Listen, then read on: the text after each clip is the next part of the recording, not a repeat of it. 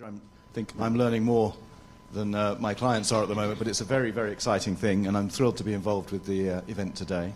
Equally thrilled to be introducing an extremely interesting panel.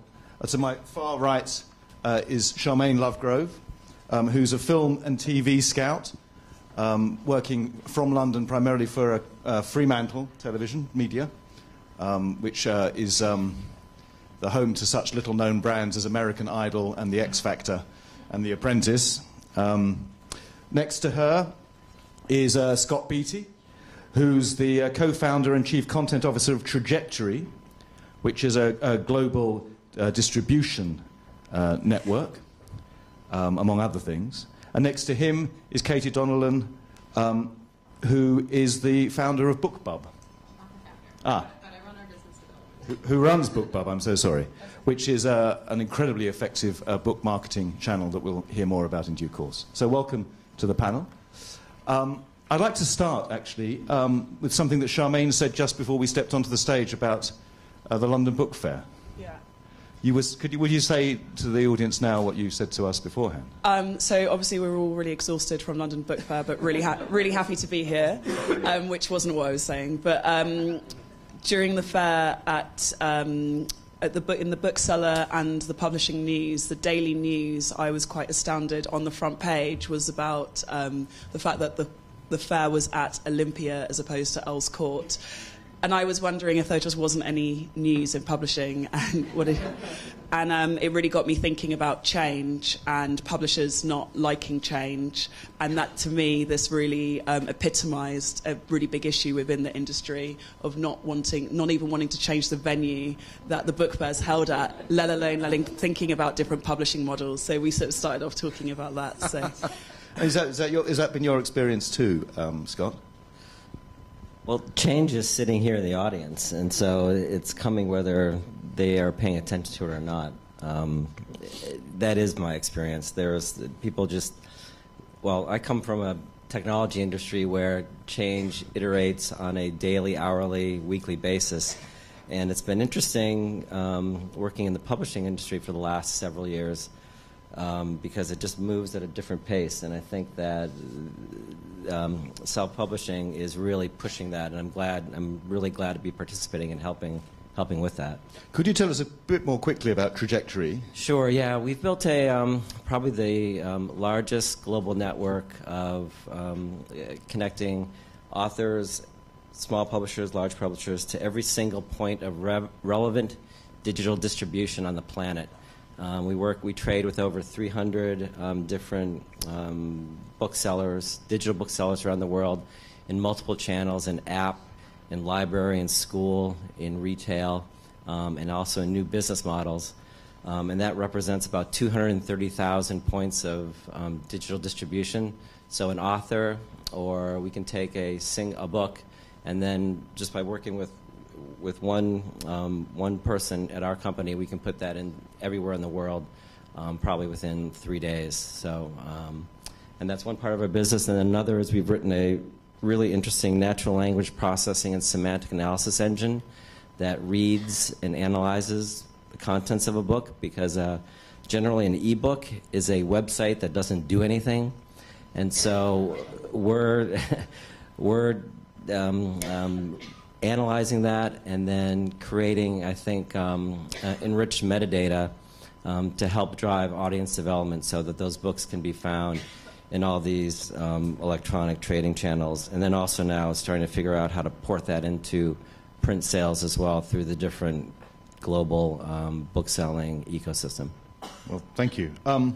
So, Katie, from your experience with BookBub, I want to just kind of establish a few terms, because publishing is a really big concept. I mean, one of the things that is happening is that the definition of what a publisher is and what publishing is being expanded on a nearly daily basis.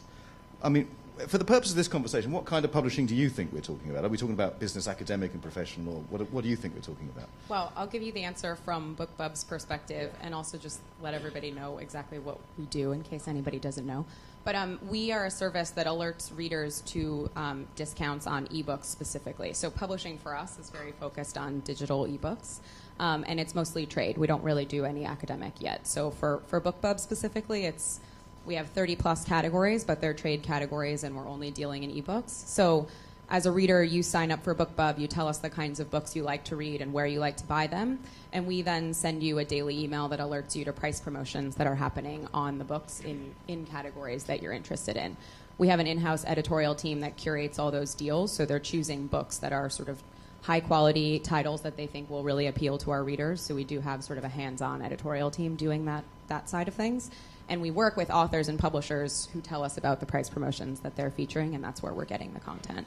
But so to answer your question for us, again, it's mostly ebooks. I mean, I think, we think of publishing as getting content that authors are writing into the hands of as many readers as possible. For us, we're specifically doing that digitally at the moment. And I'd like to ask you another question, Katie, and then I'll just roll it across the rest of our panel as well. So, briefly, in a snapshot, what do you think have been the strengths and the weaknesses of the traditional publishing model before we talk about the emerging one, particularly thinking about the weaknesses, because the strengths are somewhat apparent. Yeah.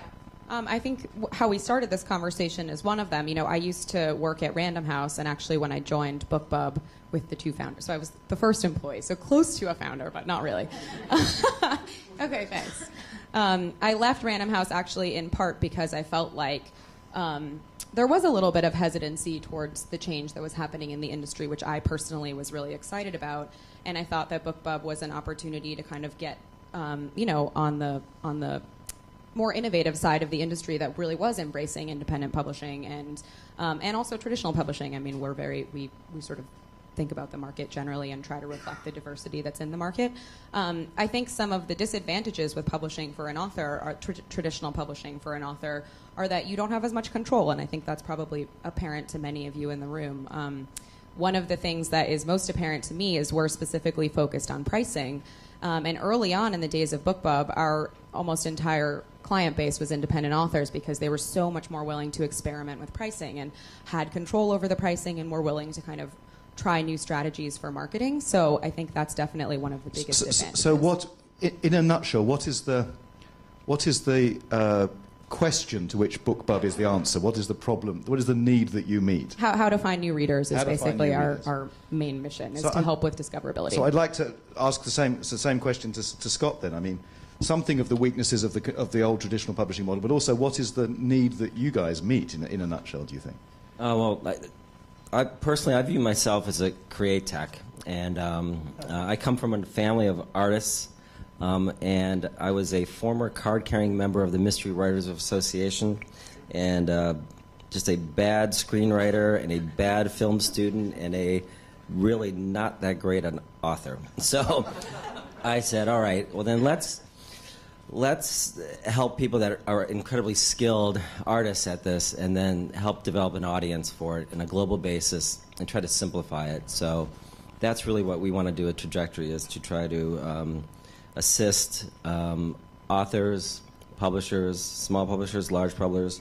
We love all the children, and we'd like to help develop as big an audience as possible for them.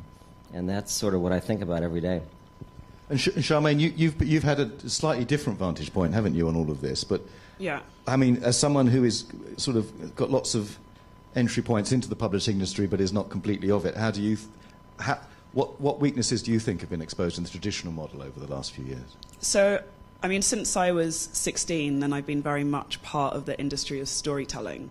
And I started working in bookshops, and actually I worked in this bookshop when I was 18.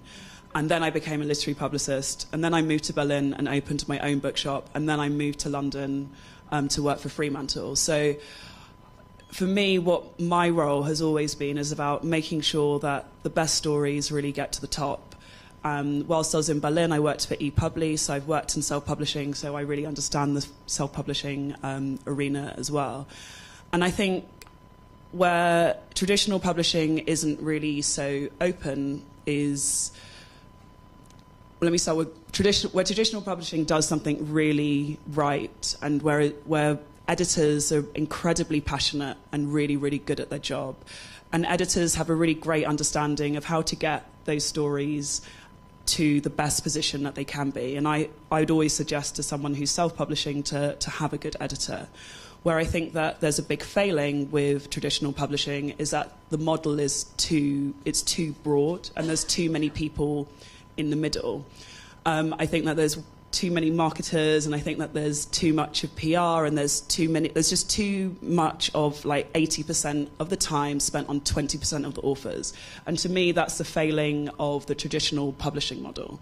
But where I think it does really get it right is this absolute passion for storytelling. And I think that once we understand in which direction we can go in the future, the starting point always has to be, wherever we go in the future, it always has to be that we should only ever be in this industry if we want stories to be told and we want the biggest audiences to see them. Katie, you're nodding vigorously throughout that. Oh, yeah. I agree. I think a lot of the advantages of traditional publishing are on the editorial side, and we also totally support our independent author partners finding great editors that love their work and will help them sort of make it the best that it can be. And I think, many of the problems are sort of on the marketing side. I think in huge companies like, the big 5 publishers and other big publishers, it's much harder to shift to the sort of new marketing world that we're in when they have these institutions that have been in place for so long on the business side. I mean, it seems to me, who's someone who's been around the business for a long time, that among the established traditional houses, as you say, 80% of resource goes to 20% of the list, and there is a whole raft of extremely viable, commercially viable, culturally interesting and valuable books that get no attention and just kind of get lost. And the publishers in those places are waiting for the publishing gods to smile on those books in the form of a prize or some other accolade or something external happening to them that will lift them.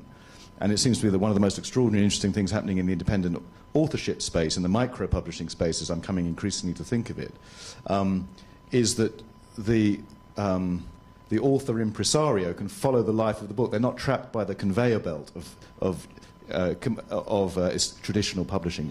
Can we talk a little bit about some of those sorts of techniques? Somebody said to me in one of the traditional houses that they've put far too much confidence in kind of acumen and not enough in skills. So publishing houses are full of smart people, but they're not skilled. And one of the things that's happening in the independent author sector is skills, data skills, tech skills, a whole bunch of other skills that the big houses have been slow to pick up. Has that been your experience? I mean, Scott? Yeah. Well, I relate greatly to sort of an independent author as an authorpreneur, or around our office. I call it Moneyball for books, because it's like a little startup. And it takes a lot of passion, it takes a lot of effort, it takes a lot of grease, it takes a lot of fortitude, and you have to assemble a team, and it's your work, it's your art, and you want this thing to be out there in the world, and I completely relate to that, as sort of each one as its individual work, and that takes attention, and it takes a lot of skills around that one entity to get it out there. And so, do you think algorithms can algorithms save the industry? Can algorithms expand the industry? Well, considering we wrote a really kick-ass one, yeah, I think so. And a lot of people liked it at the London Book Fair, and that's what I think that we can do. We can provide, or algorithms can provide. Well, there's certain algorithms. Let's talk about indie authors, particularly algorithms. Yeah. Okay. So there's certain algorithms in certain parts of the Northwest of America that, that's I'm not a big fan of that algorithm. I am more of a fan of a... You're speaking in code. Well, Seattle. There's this company in Seattle. Starbucks. Yes. Boeing. They make great coffee. They make great coffee. Okay. But no, I think again, I'm coming back to the point of, at least from an ebook is a website that doesn't do anything, and unless you surface that information or the content of that book into a, let's face it, it's an algorithmic world where there's a lot of decisions are made. let's, don't ignore that. Participate in that, and use that to your advantage. Okay. I get it, and I'm really interested in it. But my thing is really about, again, the story and the readers. And ultimately, I think that we're talking about people that it becomes, again, like this filter. My issue could be that it becomes a filter of those that have access and have those skills. What becomes a filter? The process of being able to access these skills and algorithms, for example. So you err more towards love than science, then? Yeah, I mean, I just think science. that the story always has to win. And what concerns me is that if we're telling independent authors that they actually have to create a whole load of technological skills that might not actually be within their grasp, or they might not have money to acquire, then we're giving them another barrier. And that's a really big concern for me. And because I've always worked with the reader and with the author, then I don't want to see independent publishing just being another arena where there still ends up being like lots of different layers and hurdles that you have to get through in order to access the reader. What I want to see is like a very simplified notion of how you get that. And to me, it's about engaging bookshops, it's about festivals, it's about bringing your work to people and getting people to read your work, and being face to face, and then allowing the story to spread. And that might seem really naive, but I've spent a long time being a publicist, and so that's something that I intrinsically understand. And what I just don't want to see is like these barriers to the audience. And sometimes talking about algorithms to an old East German self-published writer who wrote it by hand and expects, their story might be amazing, but do we have to create all of these barriers, is my question. So Katie, is science entirely at the service of art then? Is that how it works? I'll answer from our perspective. So we actually don't use an algorithm to choose the books that we feature. It's very data-driven. We are a startup, so I feel like I throw that term around a lot. But we look at the performance of every book we ever run to any of our readers, and our editorial team does tons of analysis around what our readers like and what they want more of. But the actual end decision is a team of editors that are hand-picking the books we end up featuring. So in our world, it's a combination of as much data as we can collect. And how do you measure success? How do you know if something's working? Well, we measure it based on sales and click-through rates, and how many of our readers are sort of engaging with the content that we're featuring. So, and what kind of things get your readers going? Well, it really depends, but I mean, and I'm happy to. We feature like 30+ categories, so there's many subgenres that do well in certain categories versus others. BookBub's audience is primarily female, and they skew older, so they tend to like things like cozy mysteries, and in the U.S. they love sort of like small-town Americana stories. Erotic romance kills it with our readers, so unsurprisingly, that's a big success for us.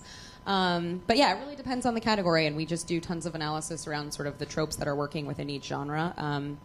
And try to feature as many sort of authors that they haven't seen before as possible. I mean, our goal is basically to expose readers to authors they haven't heard of before, and hopefully get them hooked on that author and go on to buy many more books from that person. So. And one of the obvious things that's happening is that a writer getting up early in the morning and sitting in their spare bedroom at home has suddenly got access to the world. They can reach this huge global marketplace. Some of that's about sales, but there's also rights as well, which is obviously part of my job. I mean, Sharmaine, would you talk about what's happening in the rights market insofar as it impinges upon this conversation? Yeah, I mean, I work as a book and film scout for Fremantle, and I spend a lot of time with contracts, and it's incredibly complicated, and it's really fascinating, and it's not something that I really thought that I would love as much as I do, but I do get very excited when I have to go through a contract, I've discovered. But I'm not the writer, and my job is to really try and work with the agent, or sometimes directly with the author, to make sure that we're both getting the best deal. And I try and be as fair, but as professional and as sort of brutally professional as possible, whilst trying to be fair for the author, because I understand authors. And the situation with rights is that they're constantly changing, and you have to think about your digital rights, you have to think about your international rights, you have to think about your translations, you have to think about film and television rights, and you have to have a really good understanding of what those rights are worth.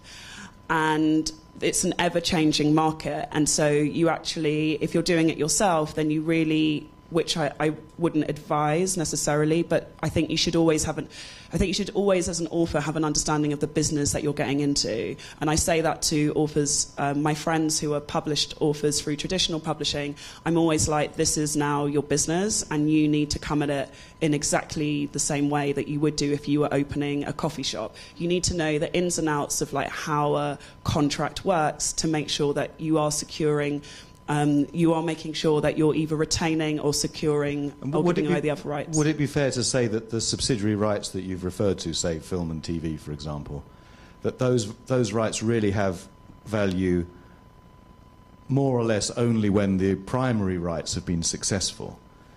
That is to say, probably to sell the broadcast or film rights, the book has probably had to have worked at a pretty decent level. Not always, but often. No, I mean, the point in which I'm getting a manuscript, then it probably hasn't gone out to a publisher yet.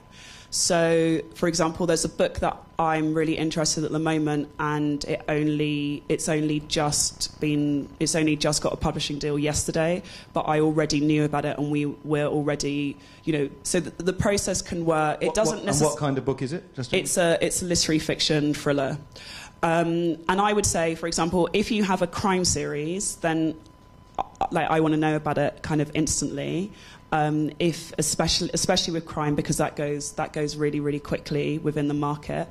But I just feel as though ultimately it's about knowing the market and knowing exactly where you want whether or not you think that the book should be a film or television series, and you should actually get sort of other advice on that. You shouldn't just assume. But that you really need to know about your rights, and whether or not, when you speak to an agent or when you speak to someone like me, then you need to have like a lawyer in place to make sure that I'm not gonna not gonna what? Take advantage and get the best deal for my client and not for you, because that's my job and I'm really good at it. Excellent. So you win the award for candour. Scott, please talk to that point, but also to the matter of ordinary folk having access to global markets now and thinking big. Sure. Well, yeah, we're a trajectory. We're big thinkers because it takes as much effort to work on a small idea as a large idea, and so generally, with the publishers and the authors and people that we work with, I advise that they retain all the rights themselves. We put everything, go out in their original language, if it's English or if it's Chinese. For instance, we just did a deal with one of the largest global internet companies, Tencent, that has 820 million monthly average users, and we're distributing around the world 200,000 Chinese ebooks from independent authors in China. And so when a book goes out through our network, we encourage that the rights have the authors and the publishers and the presses advertise that those rights are available, because you've got the best marketing vehicle on the planet. It gets out in front of readers, merchandisers, all these sales channels, and then generally what will happen then is, and this happens quite a bit with us, is that people like Sharmaine or rights agents or whatever will see that and then make queries to the author directly. So it's this incredibly cheap form of advertising the rights. One of the things that the traditional publishers are becoming is sort of big brand management systems, aren't they? And non-traditional publishing is about people who are not yet brands. But what, Katie, do you think, what is a brand in book publishing, and how can I become one? Yeah, good question. I think that, one of the shifts in publishing that we're trying to address is the move from, especially for publishers themselves, from marketing to bookstores and having sort of a middleman into like a direct-to-consumer marketing world where it's more about the connection between the author and the reader than it is about sort of the people in the middle. And so for us, branding is basically around that. It's sort of how does an author, even if you're not like a James Patterson level brand, develop enough name recognition and sort of brand loyalty with the readers that do find you and love you to continue that relationship. So the way that we think of price promotions, for example, at BookBub is one way to really sort of begin that brand relationship where you're allowing readers to discover your content at a really like low barrier where they're willing to take a risk on an author they've never heard of before.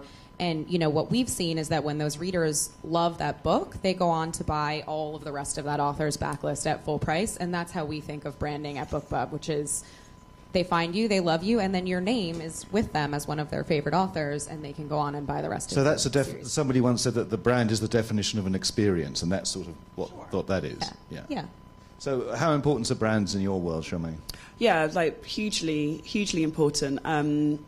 You know, if I had a penny for every time at Book Fair someone said, oh, I hate to say it, but this author is really marketable, then I would be very rich. And so it was really interesting that all the conversations I was having, the publishers seemed to not really like this idea of someone being marketable, but obviously totally loving it. And I think that what's really, really important when thinking about creating your brand is really understand. I always say, like, you can only really be yourself, and your writing is coming from yourself. So when you're thinking about your brand, you have to think about what self you want to put out there to an audience, and then you have to make that self bigger and shinier and bolder than anyone could ever have imagined you could be, alongside making sure that your story is absolutely fantastic. Like, let's get back to the story. But the brand and the story are, to me, the whole focus, and they have to work in tangent. And so I understand that not everybody that wants to write wants to get on a stage and talk. But as a bookseller, I didn't think that's something that I wanted to do. But here I am talking to you guys about how to write. What are we even talking about? Rights, being an independent author. Selling books and marketing books and rights. Yeah. So you have to learn how to sell yourself in order to get into a position where you can sit on a stage and talk to people about what it is that you do and why your story matters. And that's a really long process, but then so is writing a book. And you basically have to carve out the time to do both. And if you think that you don't need to do both, then I say this to all authors, regardless of whether they're published by Penguin or whether they're independent. It's like you have to create your own brand. And these guys are going to help you do it. And if I find your book and I want to make it into a television series or a film, then I'm going to help you do that. But you ultimately have to work out who you are and your story, what story you want to tell, alongside the story that you're telling everybody to read. Scott, talk to us a little bit more about how independent authors have found ways to connect with readers. What insights do you have about that from your experience? Well, I think that one of the key developments is building their own author platform, if you will. Become their own, control that, own it, develop it, manage it. And if from a writer standpoint or from an author standpoint, if you don't have the time to do it, then work with a team that can help you do that. And I think, to me, that's the single most important aspect of what any author can do today, is to own that platform and that branding opportunity, because sort of everything else will kind of come and go, but that's pretty much forever. And then again, as sort of creates that kind of data geek, you want to own and understand all that traffic and audience, and have that come to you, and you want to control that and own that. Katie, do you have any other things to add about that? I mean, some good examples of the ways in which independent authors have connected with readers. Yeah, I think what Scott said earlier on in this panel is really important, is the fact that I think authors now need to embrace the concept of being an entrepreneur, like you're running your own business. And so, you know, the independent authors that we work with who are super savvy and have done really well very much embrace the marketing and business side of their job, and they spend, I mean, honestly, extraordinary amounts of time doing like very grassroots marketing. I think we had Holly Ward sit on a panel at UPub last year in New York, and she talked about how so much of her marketing was honestly just like messaging individual Goodreads people that had liked her books, and that's really where she started marketing. So it's a time-consuming and very, again, direct-to-consumer process where you're building up a relationship with your readers, and I think that's really important. Also, there are sort of like tricks to the trade that I think, you know, we encourage our independent authors when they run a price promotion on the first book in a series with us to like be sure to do things like capture the reader's email in the front of the book or link to your other books in the back of the book so that you can really continue this relationship with readers who do finish your book and love them. So there's sort of, you know, marketing tricks like that I think authors should and need to spend the time learning at this point in the publishing marketplace, and they can really go a long way to lead. I'm going to open up the floor to some questions in a moment or two, but so do have a think. I want to ask our panelists about that company in the northwest of America, Boeing. Sorry, it's Starbucks. So, what are our hopes and fears for Amazon over the next 5 years? What would we like? Katie, I'm going to put you on the spot first of all. Our hopes and fears for Amazon. The reason I single them out specifically is because on the one hand, they've created these extraordinary tools that have transformed our industry, changed all of our lives in many ways. On the other hand, they are monopolistic in a number. Their instincts are often monopolistic, and they're not terribly kind to their suppliers often. And it's hard, you know, it's hard to have a clear view of them. So, what are our hopes and fears for Amazon over the next few years? This is all being live tweeted, by the way. Yeah. No, I'm going to be very careful with my answers here. Any Amazon employees here? You're getting my Android now. I think that, you know, we work with Amazon, and the books that are featured on BookBub are featured on... Our goal when we feature deals in the BookBub email is to run them on as many retailers as possible. Like, we support retailer diversity. We want readers to be buying from wherever they want to be buying books, and we think that books should be available on as many of the retailers as possible so that they can reach as many readers as possible. That's our general stance there. However, we have, like, plenty of partners who are totally obsessed with Amazon and plenty of partners who are the total opposite of obsessed with Amazon. So, and your hopes and fears for Amazon? As a person who... Honestly, related to Amazon, my hopes and fears are just around retailer diversity. Like, I hope that people continue to buy books from wherever they prefer to buy books, whether it's print or digital, but even in the digital space, you know, more than just Amazon. Although I think Amazon has honestly done great things for independent authors to a degree in the past. So, you know, I think that it really depends on the author, what retailer they want to do, what process they want to take, but we basically support people buying from wherever they want to buy. Scott, I'm going to ask you the same question. I love all the children. I don't have a favorite. I love them all. But will you still love them tomorrow? Well, my daughter just started driving, so I'm not sure about her right now. That's it? That's it. You managed to avoid even using the word. No. One of our best partners is Amazon China, and I think there's right now for everyone in this room there is a tremendous opportunity to put your English language stories into Amazon China. My hope is that they give us a better rev share and stop squeezing me so hard, but that's all right. And again, I agree with what Katie said. I mean, I think readers should buy where they want to buy from, and I think that, at least from where Katie and I stand, we want to put books or supply into every available place because I think that serves authors well, serves readers well, and having a really healthy ecosystem, I think, is important. Okay. Sharmaine, you going to chip in on that one? Well, you know, I just kind of think that they should just stop being such a monopoly, and they should really consider the fact that it's okay. I mean, I've had meetings. I've actually had meetings with people from Amazon. I'm probably one of the few people that have actually done that. Yeah. And it's, you know, it's really aggressive. And, you know, at some point, again, you have to remind them that it's about the storytelling. It's about people having choice, and that we actually live in a democracy where there should be like more than one company, and that's totally okay, and that's actually a good thing, and it's a healthy thing, and it's called a market, and that we should be supporting that market in numerous ways. And also, we just need to kind of love the books and love the authors, and it's not just about like percentage or the lowest price.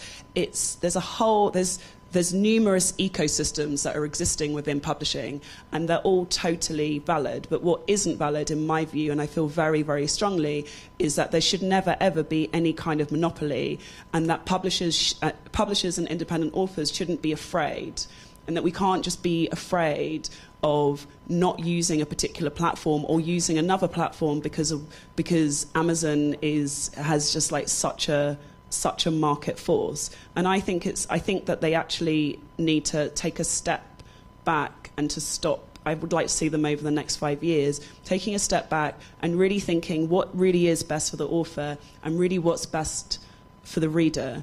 On the other hand, I do think that I work in television now, and it has been really interesting to watch how the sheer volume of consumers and readers and viewers that they have and customers that they have has been able to help make really interesting television.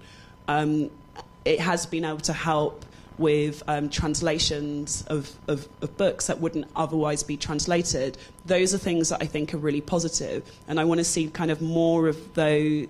I want to see more kind of customer reader engagement and not so much industry strangling over the next 5 years.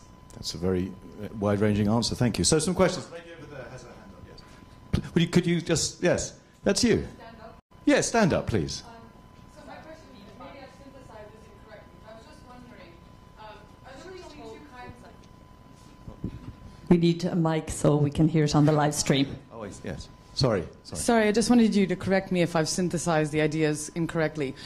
Are there really only two kinds of discoverability? So there's the digital or the algorithmic, which is related to what Scott does. And then there's the subjective. There's, the gatekeepers like agents. There's also your staff, even at BookBub, who are actually handpicking books. But of course, those books, if they've sold well, have also been subjected to the digital world and people manipulating algorithms.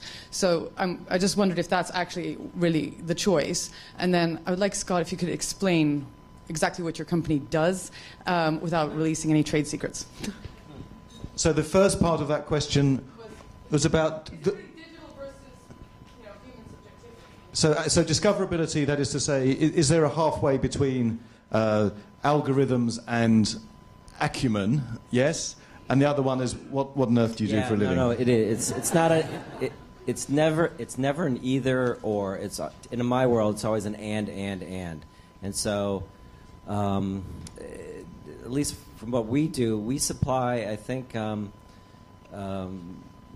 information and enriched metadata to help make more intelligent decisions at sort of a human curatory level. So who are your customers, Scott? Who are my customers? Who pays you?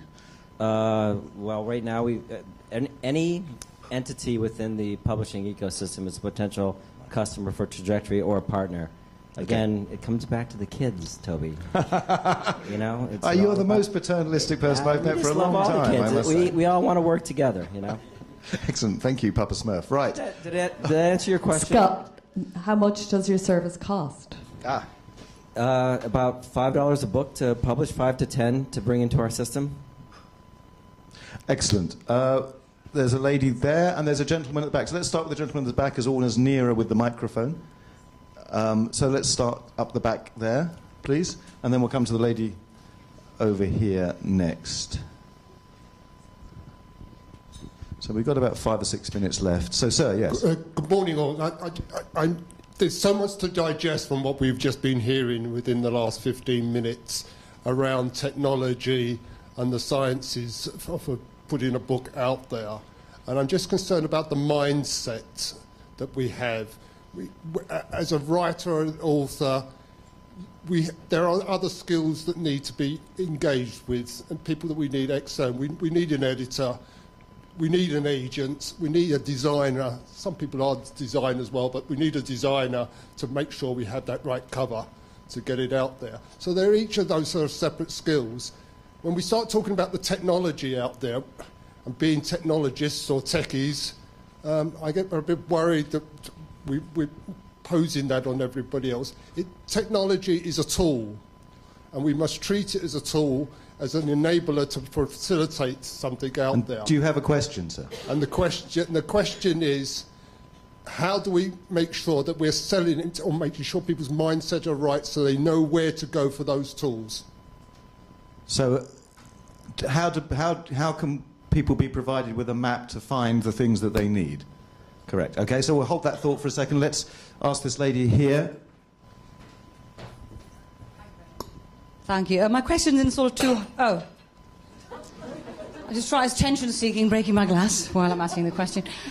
It's really to Katie, and it's, do you favour submissions from authors who are offering their books for free? And if that is the case, are you then perpetuating the practice of readers stockpiling free books on their Kindles just because they're free? Okay, hold that thought for a second longer. Another question here. You're going to answer it. Well, it's also a question. It's also for Katie. I first of all wanted to say thank you for what you have done for independent authors. I have a BookBub out today. In fact, I'm very excited, and honestly, your service has been life-changing for many of us. So thank you. Actually, it wasn't really a question. I just wanted to say that. Right. Okay, thank you. So, Katie first. Yes. Okay, so around free. We, the way that our process works is we have different slots in the email for free books versus discounted books. So honestly, the only sort of difference in the selection process is that fewer people tend to discount their books to free, so we actually tend to have more availability in the free spots. So I usually tell authors, if for whatever reason your book isn't getting selected at 99 cents or $1.99 and you're willing to try free, I often recommend that you submit it for free. The other thing I'll say, though, is that we actually don't the majority, we do have a subset of BookBub's readers who are sort of hoarders of content. I think it's 20% or something. The vast majority of BookBub readers are doing what I explained earlier, which is using these discounted books to find new authors that they are more than willing to go on and pay full price for after this discounted book. So we actually don't believe that we're promoting any kind of hoarding of content. The one thing I'll say about free is that free download numbers for us are 10 times as high as 99-cent downloads. So honestly, in my mind, doing a free promotion, if you have a series and other books in your backlist, is just an extremely smart thing to do one time. I don't think you make your books free forever, obviously, but if you have a first book in a series with full-price books afterwards, the number of eyeballs you can get on that book who will end up being a fan of yours is extremely high. So it can be a really valuable tool. Thank you. Would anyone like to speak to the gentleman's point at the back about where there's a map, to find a map for all these various tools that exist? Well, I think Hi. I think you just, I totally agree with you, which is what, I said this earlier, that it's not for everybody, the technology, but I think you need to join, the alliance, that is your map. That's the right answer. That's exactly what it's there for, and that's why Orna and her team engage all of these people in order to help you to work it out, because we all know that it is really hard to navigate, and we want to help you. So there it is. So that's the end of this discussion. Freewheeling, wide-ranging, and I hope interesting. It's lunchtime now, but before you go and eat, and indeed rush at these very fine panelists, could you please clap your hands and thank them for their time.